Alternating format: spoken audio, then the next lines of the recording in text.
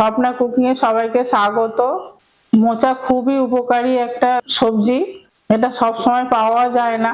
যখনই পাবেন নিয়ে খাবেন, দেখবেন খুবই উপকারে লাগবে। আর এতে প্রচুর পরিমাণে আয়রন আছে। আজ আমি দেশি চিংড়ি মাছ দিয়ে মোচার ঘন্ট বানিয়ে দেখাবো। চলুন কিভাবে আমি বানাই। দেখুন, মোচা আর এই যে একটা একটা করে ছাড়িয়ে নেব।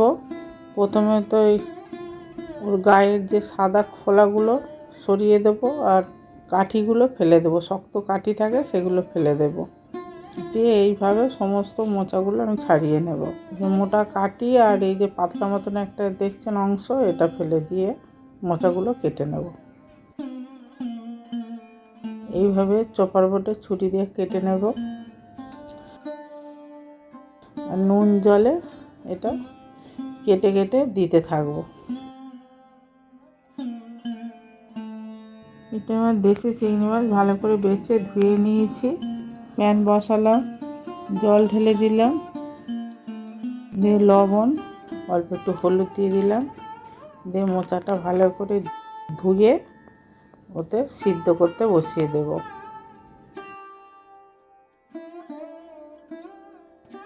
এইভাবে প্রায় 10 মিনিট আমি সিদ্ধ করে নেব।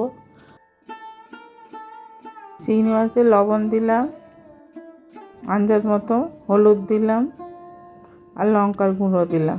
দিয়ে ওটা ভালো করে মাখিয়ে নেব।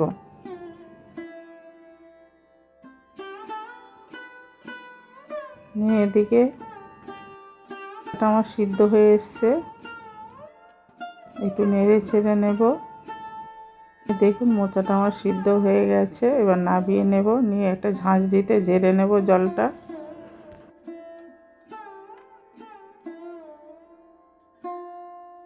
প্যান বসিয়ে দিলাম, দিয়ে সর্ষের তেল ঢেলে দিলাম, দিয়ে অল্প একটু হলুদ দিয়ে চিংড়ি মাছটা ঢেলে দেব।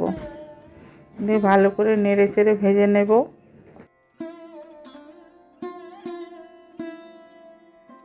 চিংড়ি মাছ ভাজা হয়ে গেছে। এবার আলুগুলো ওই তেলের মধ্যেই দিয়ে দেব। এই আলুগুলো নেড়ে চেড়ে ভালো করে ভেজে নেব। খালি উপর থেকে লবণ দিয়ে দেব, হলুদ আর দেবো না, কেন চিংড়ি মাছে হলুদ ছিল। আলুগুলো ভাজা হয়ে গেছে। আলুগুলো একটা বোলের মধ্যে তুলে নেব। তেল দেব, জিরে, শুকনো লঙ্কা, তেজপাতা আর গরম মশলা ফোড়ন দিয়ে দেব। দিয়ে ভালো করে নেড়ে চেড়ে নেব।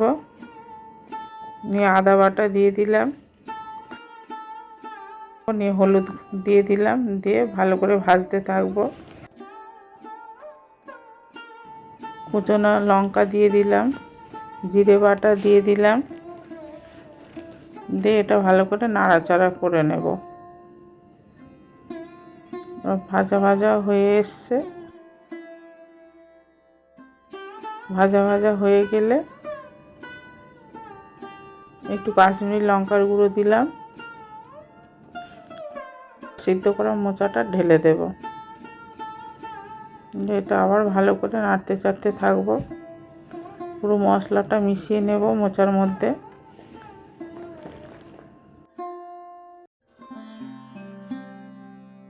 উপর থেকে আলু দিয়ে দেব।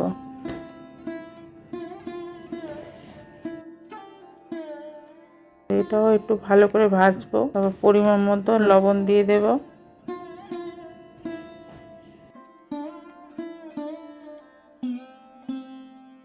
এবার উপর থেকে গরম জল আমি দিয়ে দেব।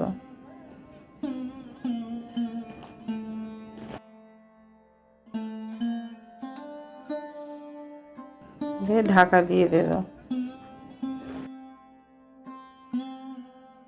নেড়ে চেড়ে নেব। এবার ভেজে রাখা চিংড়ি মাছগুলো দিয়ে দেব। নেড়ে চেড়ে নেব।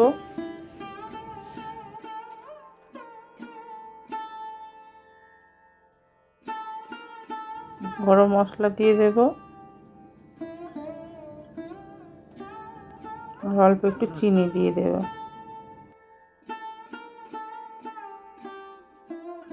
উপর থেকে একটু ঘি দিয়ে দিলাম।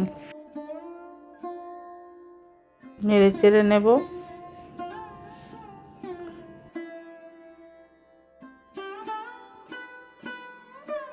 আলু সিদ্ধ হয়ে গেছে।